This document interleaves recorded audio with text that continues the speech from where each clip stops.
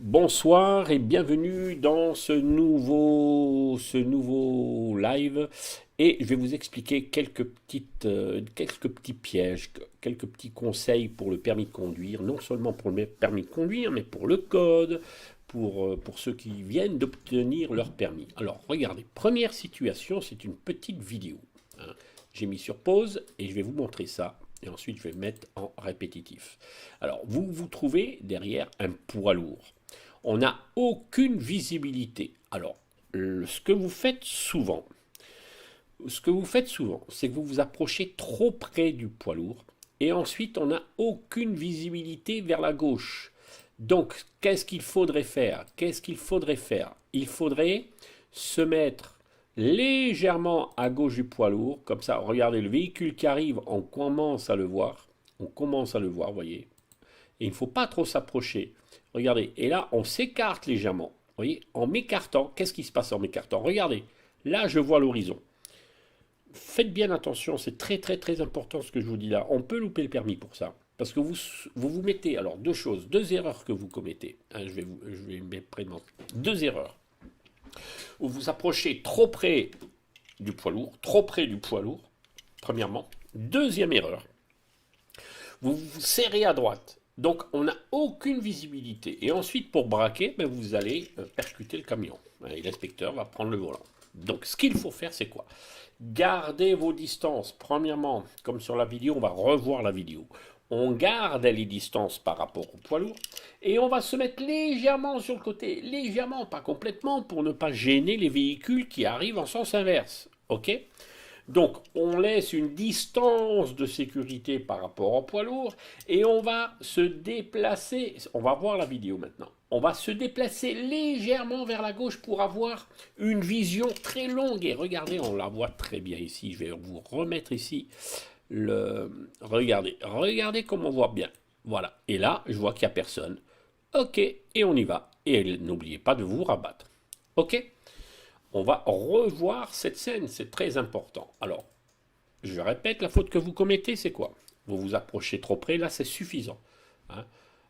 Bon, bien sûr, il y a le passage piéton, mais mon intérêt, c'était pas tellement de parler du passage piéton, c'était vraiment le poids lourd. Donc, on regarde le poids lourd, il y a un véhicule qui arrive en face, on se décale un peu, on ne s'engage pas encore. On regarde encore un peu plus loin. Ah, c'est bon, je regarde bien sûr, attention. Alors l'erreur que vous commettez également, c'est quoi? C'est que vous ne regardez pas le rétro, il faut également regarder, il y a peut-être un vélo qui va nous dépasser. D'accord? Donc vous faites ça doucement, rétroviseur extérieur gauche, angle mort, avant de pouvoir réellement repartir. D'accord? Alors, essayez de ne pas poser d'autres questions. Là, on reste sur ce... Voilà. Ah, salut Christelle, et bravo, bravo, bravo, bravo pour ton permis alors. Mais on va se concentrer sur le thème de ce soir. Je ne veux pas être trop long non plus. Voilà, et on y va. Voilà, ok. Donc j'espère que vous avez bien compris. Maintenant, je ne dis rien. Vous allez revoir cette vidéo et regardez. Vous faites comme si vous étiez dans la voiture. Voilà, ah oui, Antoine m'a dit qu'il fallait que je reste légèrement à gauche. Hop, je regarde mon rétro, mon angle mort, ok. Hop, j'y vais, tranquille, hein, pas trop vite non plus. Hein. Et je regarde derrière le camion sur la droite, pas qu'il y ait quelqu'un qui traverse en courant, un petit piéton, ou un ouvrier, n'importe quoi. Voilà. Hein. Allez, on revoit cette situation et vous mémorisez. Hein, vous essayez de vous mettre dans la situation. Ah, je garde mes distances. Alors, n'hésitez pas de mettre la première. On peut, dans ce cas, mettre une petite première glissée pour ne pas caler. Parce que souvent, vous allez trop vite. Vous savez pourquoi vous allez trop vite? Parce que vous êtes en deuxième et vous freinez, vous freinez. Vous êtes tellement préoccupé par ce poids lourd et vous êtes en deuxième et vous descendez à 20, à 15. Bon, en deuxième, sur certains véhicules, maintenant, on peut rouler à 12-13 km/h. Elle supporte. Maintenant, les véhicules diesel, allez, moi j'ai ma voiture, là, c'est 100 chevaux, là, la voiture auto-école. En deuxième, 13 km/h, ça tient. Sans brouter, il ne faut pas que ça broute. Quand ça broute, vous débrayez, vous mettez la petite première. D'accord? Voilà, c'est très important. Alors, on va continuer. On est là. Bon, j'espère que vous avez bien compris. Donc, cette erreur, je ne veux plus que vous la commettiez. C'est très important. Allez, on va prendre la suite. Voilà, alors la suite, ce sera quoi? La suite, ce sera une question qu'on m'a posée, une personne de ma formation, qui a pris ma formation, qui m'a posé la question sur le frein à main. Je me suis dit, allez, plutôt que de répondre à ceux qui ont pris la formation, je vais vous faire profiter à tous. Voilà, est-ce que je peux mettre le frein à main à deux mains? Est-ce que je peux utiliser mes deux mains pour tirer le frein à main? Est-ce que c'est pas bien? Est-ce que c'est bien? Est-ce que... Alors je vais répondre puisque peut-être que vous faites la même chose. Alors il faut savoir que sur le frein à main, c'est un câble. Un câble qui va bloquer les roues arrière, hein. On parle du frein à main comme ça, manuel, pas automatique, hein, manuel comme ça. Alors, premièrement, quand on tire un frein à main, il ne faut pas appuyer sur le bouton. Pas appuyer sur le bouton, parce qu'après, si vous avez le bouton appuyé, je vous ai déjà fait ça, mais je vais vous le refaire. Imaginez que c'est le petit bouton là, hein. Il ne faut pas appuyer pour tirer le frein à main. Jamais, jamais de la vie. Jamais de la vie. Il faut entendre les clics. Alors, vous faites deux clics, par exemple, et on ne peut plus le descendre. Tandis que si vous appuyez sur le bouton, vous faites ça, vous risquez de redescendre sans le savoir. Vous avez redescendu le frein à main, vous ne l'avez pas enclenché. Donc, on entend deux clics. Souvent, sur les voitures modernes, c'est souvent deux clics. Deux clics, ça suffit, ça tend suffisamment le câble pour que la voiture ne bouge plus dans une faible côte. Maintenant, sur une côte un peu plus pentue comme ça, alors là, souvent, il faut trois clics. Et lorsque c'est comme ça, donc moi je teste toujours ma voiture, hein. Ma voiture perso et la voiture auto-école, je teste. C'est différent pour chaque voiture.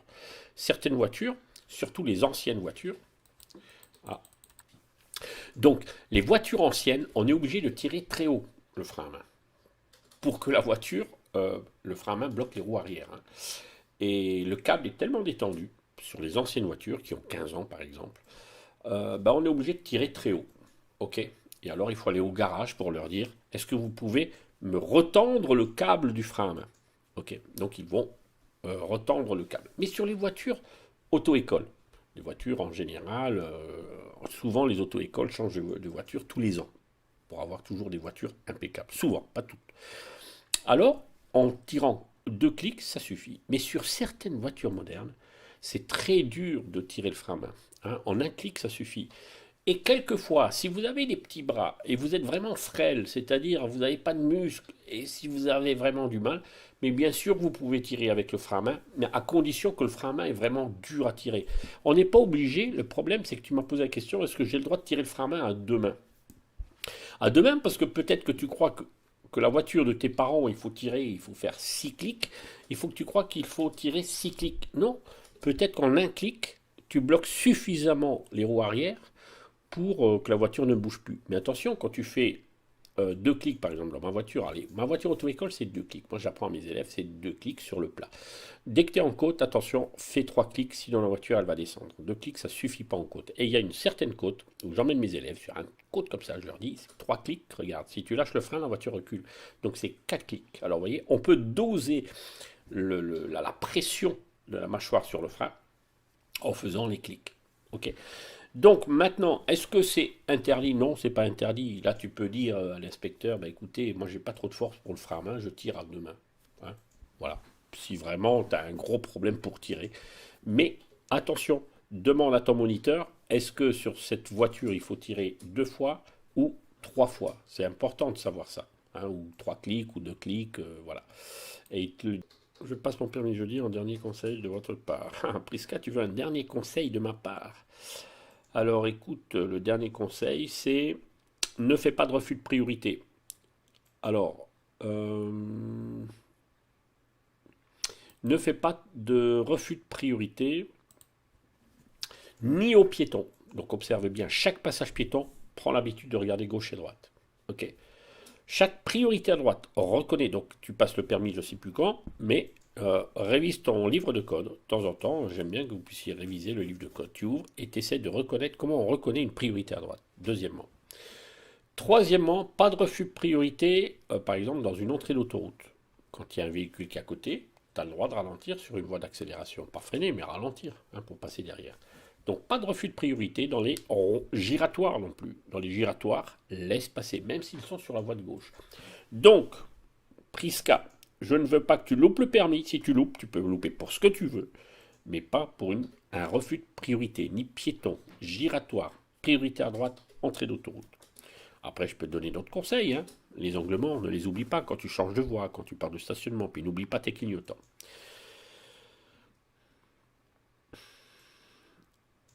Est-ce que je pourrais vos vidéos? je parle, hein, dans certaines vidéos, j'ai quand même, je crois, je sais plus, 480 vidéos sur ma chaîne YouTube. Tu regardes, automatique. Vous tapez dans recherche automatique et tu tombes sur mes vidéos, hein, sur le thème désiré.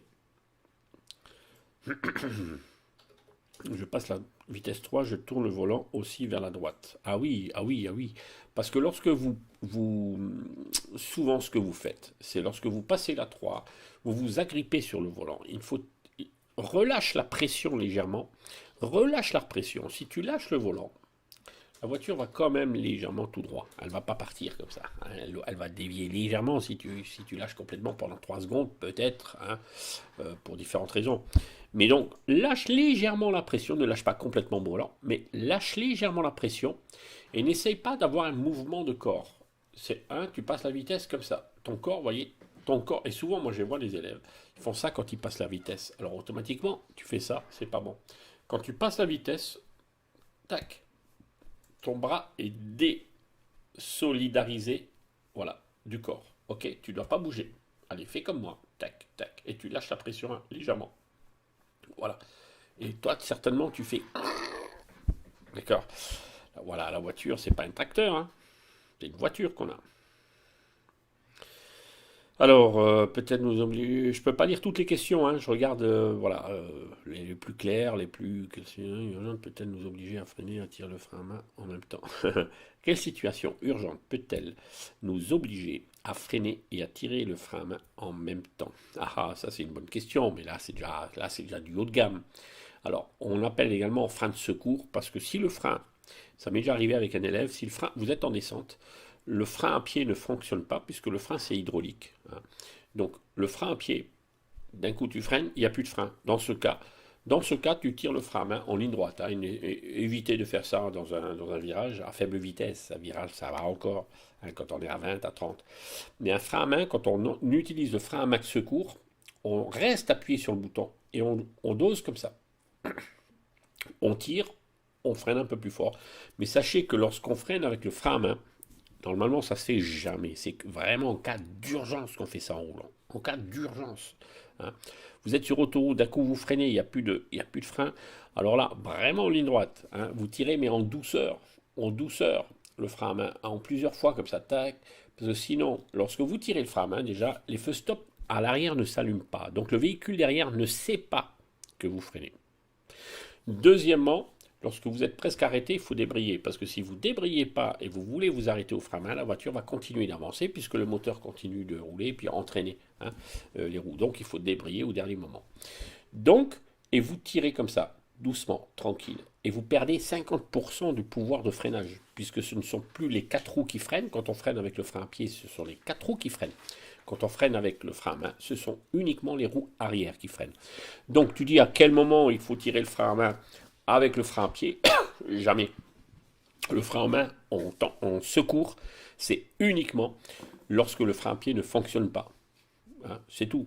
On n'a pas besoin de sinon tirer le frein à main autrement. Voilà. Après, il y aurait d'autres choses à dire, hein. Par exemple, moi j'utilise quelquefois lorsqu'il y a trop de verglas, quand il y a de la neige, ça va arriver, peut-être que je vous montrerai, faire une petite démonstration, et que je veux tourner et que la voiture elle a du mal à tourner, là je fais appel contre appel avec le volant et je tire un petit coup de frein à main, mais là c'est à faible vitesse, on est à 10 km/h et la voiture elle se tourne. Sur le verglas, on peut tirer le frein à main pour tourner. Ça c'est pas pour vous, ça c'est pour ceux qui sont, voilà, qui savent rouler. Ok. Alors, est-ce que c'est compliqué de passer le permis pour les personnes qui ne savent pas bien écrire le français, mais qui comprennent et savent lire? Oui, bien sûr, bien sûr. Tu peux passer le permis, il n'y a aucun problème. Alors, sur l'autoroute, en cas de freinage d'urgence, est-ce qu'on peut s'arrêter oui, bien sûr, un freinage d'urgence, tu peux t'arrêter en cinquième, mais alors dans ce cas, débraye un peu plus tôt que si tu t'arrêtais en deuxième, hein. Donc, un freinage d'urgence, tu es en cinquième, tu t'occupes que du freinage, tu freines et tu débrayes à la fin. et tu t'occupes pas du levier de vitesse. Un freinage d'urgence, on n'utilise jamais le levier de vitesse. Même si tu es en sixième, tu t'arrêtes en sixième. Hein, tu freines et tu débrayes pour ne pas caler. J'ai déjà parlé de ça. Alors, moi, je passe à 15h06. Il y a l'embouteillage qui me stresse. Ben non, l'embouteillage, c'est tranquille. Garde tes distances. Joue avec ton embrayage dans un embouteillage. Tu joues avec ta première et tu freines légèrement avec l'embrayage. Voilà, enfin, tu freines. Tu ralentis avec ton embrayage. Ok, en première. Ou bien si tu es en deuxième. Et si tu vois que ça descend à peu près à 15 km/h, allez, commence à mettre une petite première et puis tu joues avec ton embrayage. Mais garde tes distances. Tu dois toujours voir les roues et un peu de route entre toi et la voiture devant. D'accord? Tu as eu ton code GTX, super, bravo. Maintenant, tu vas passer aux choses sérieuses. Il freine au parking, c'est éliminatoire. Je comprends pas, il freine au parking. Je comprends pas ta question. Ça fait 4 séances et on tombe toujours sur les ronds-points. Je suis bloqué psychologiquement vu que mes heures se grillent. On est à la 6e heure, rien que sur les ronds-points. Comment faire? Non, non, 6e heure, c'est normal, hein, tu bloques. 6 heures, t'as rien du tout. Hein. 6 heures, tu es un petit bébé. Donc en 6 heures de conduite, c'est normal que tu bloques psychologiquement. C'est normal. Pour, pour tourner à gauche, sans voie de stockage matérialisée, je ne sais pas très bien me placer. Ben, tu dois te placer à la ligne contre la ligne blanche. Hein. À l'intersection des deux axes, tu t'arrêtes là. Il ne faut pas rester à droite ni un peu moins bien. Juste à la ligne, sans toucher la ligne. Ça, c'est du code. Demande à ton moniteur. Peur de conduire. J'ai eu mon permis, mais j'ai peur de conduire. Essaye de t'aider avec une personne, ton père, un copain, une copine, et tu vas dans les endroits que tu connais. Le dimanche matin, tu commences le dimanche matin, il n'y a jamais personne. Et puis tout doucement, tranquille, ne t'affole pas, c'est normal que tu aies peur. Après, tu peux reprendre quelques heures avec un moniteur. Je voudrais accélérer dans une voie d'insertion. Alors, bien sûr, déjà, dans une intersection, on accélère au départ pour se mettre à peu près à la même vitesse que ceux qui sont sur l'autoroute. Hein. Ils sont à peu près à 100, ah ben, tu dois plus ou moins te mettre à peu près à 100, 90 à peu près, voilà, et puis après, tu essaies de trouver une place. Hein. Et vraiment, si voilà, tu vois un camion qui arrive là et que tu peux pas passer devant lui, tu as le droit de lâcher l'accélérateur. Tu as le droit de lâcher l'accélérateur pour pouvoir te faufiler derrière. On n'est pas obligé d'accélérer et de rentrer. Hein. C'est rare, mais quelquefois, on lâche l'accélérateur pour se passer juste derrière le poids lourd. Ok? En gardant les distances, bien évidemment. Mais normalement, au départ, une voie d'accélération, c'est bien, on dit bien une voie d'accélération, une voie d'insertion, hein, une voie d'accélération, c'est fait pour accélérer. Mais on a même le droit de freiner en cas vraiment il y a un problème, hop, tu freines, éventuellement au quatrième, hop, et tu réaccélères, etc. Il y a plein de choses à dire là-dessus. Je ne peux pas vous expliquer tout ça maintenant. Le jour de l'examen, le moniteur va-t-il me demander d'utiliser le frein à main? Comment ça, d'utiliser le frein à main? Le frein à main, non, il ne va pas te demander. Le frein à main, on l'utilise vraiment. À l'examen, c'est vraiment un démarrage en côte vraiment puissant. Et c'est un véhicule qui est derrière. Tu mets ton frein à main et tu y vas. On doit savoir faire un démarrage au frein à main. Mais il ne va pas te dire, mettez le frein à main, faites-moi un démarrage en côte au frein à main. Ça, c'est toi qui dois le gérer. C'est très rare lorsqu'on fait un démarrage en côte avec frein à main. Il faut vraiment une grosse côte comme ça. Hein. Parce que maintenant, sur les voitures, il y a l'aide au démarrage. Ce qui te permet pendant 2 secondes de ne pas reculer pour éviter d'utiliser le frein à main, par exemple. Mais le frein à main, on l'utilise uniquement quand tu as fini ta manœuvre. Tu as fini ton créneau, tu as fini ton rangement en bataille, point mort, frein à main. Ok? Avoir un délai aussi long. Ah ouais, ça c'est long, ça dépend. Hein. Waouh, waouh, c'est long. Alice, ça c'est long, 3 mois d'attente, ils ont beaucoup de monde. C'est pas une question de normal ou pas de normal, ça dépend des auto-écoles. Moi, une personne qui a le code, elle peut rouler au bout d'une semaine, 2 semaines. Hein. Le stress, gère ton stress. Hein, j'ai fait des vidéos sur le stress. Tu regardes sur YouTube. Alors, quand il fait mauvais temps, bien sûr, ce qu'il faut faire, c'est quoi? Ben, c'est euh, enlever la buée. N'oublie pas. Tu t'appuies sur le petit bouton, demande à ton moniteur où ça se trouve. Et puis, les essuie-glaces avant, tu peux les mettre en automatique ou bien en rapide. Si tu es sur l'autoroute, tu le mets en rapide. Sinon, tu peux le mettre en intermittent. Tu mets éventuellement l'essuie-glace arrière, c'est pas obligatoire, mais quand tu fais une manœuvre, mets ton petit essuie-glace arrière. Donc feu de croisement obligatoire, dès qu'il pleut, feu de croisement obligatoire, essuie-glace, désembuage. Vous devez savoir ça, maintenant on est en automne, c'est essuie-glace, désembuage avant, désembuage arrière, feu de croisement. Vous devez savoir où ça se passe avant l'examen. Voilà pour toi Clarisse.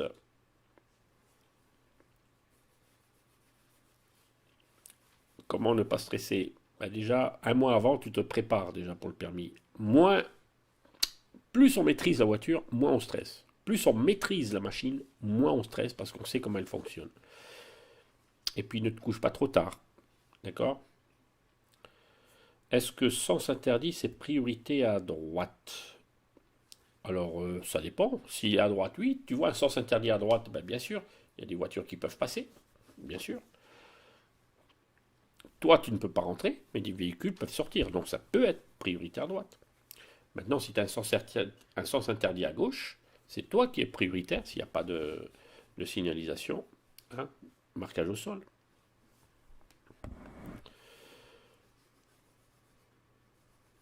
Regardez mes vidéos, j'ai déjà parlé du stress. Et je voulais savoir quelles sont les mauvaises habitudes les plus courantes que l'on peut prendre avant de passer le permis. Alors, sur la conduite accompagnée, même chose. J'ai fait 2-3 vidéos sur les conseils conduite accompagnée. Tu tapes sur ma chaîne conduite accompagnée. Pour ceux qui n'ont pas le code, je vous remets le lien hein, pour avoir le code moins cher. Cliquez sur le lien et puis gardez-le. Hein. Si vous en avez besoin, vous en distribuez. Vous pouvez... Voilà. Qu'est-ce que je voulais dire? C'était quoi ta question? Je sais plus, c'était quoi ta question? C'était quoi ta question?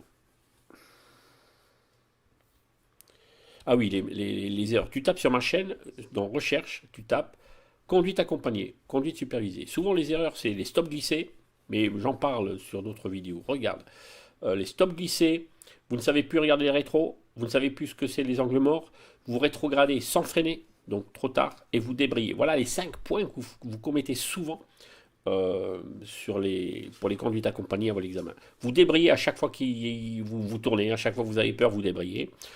Euh, Qu'est-ce que je disais? Euh, Vous ne regardez plus les rétroviseurs, vous ne savez plus comment, quand, où, pourquoi regarder les rétroviseurs. Les angles morts, vous ne savez pas les regarder. Vous débrayez tout le temps, j'ai déjà dit. Les stops glissés, voilà, les stops glissés, où souvent vous mettez la première avant et vous. Voilà. Je le dis rapidement parce que euh, normalement j'arrête à 21h, il est 21h05. Alors je vais faire rapide, allez, je prends les dernières questions.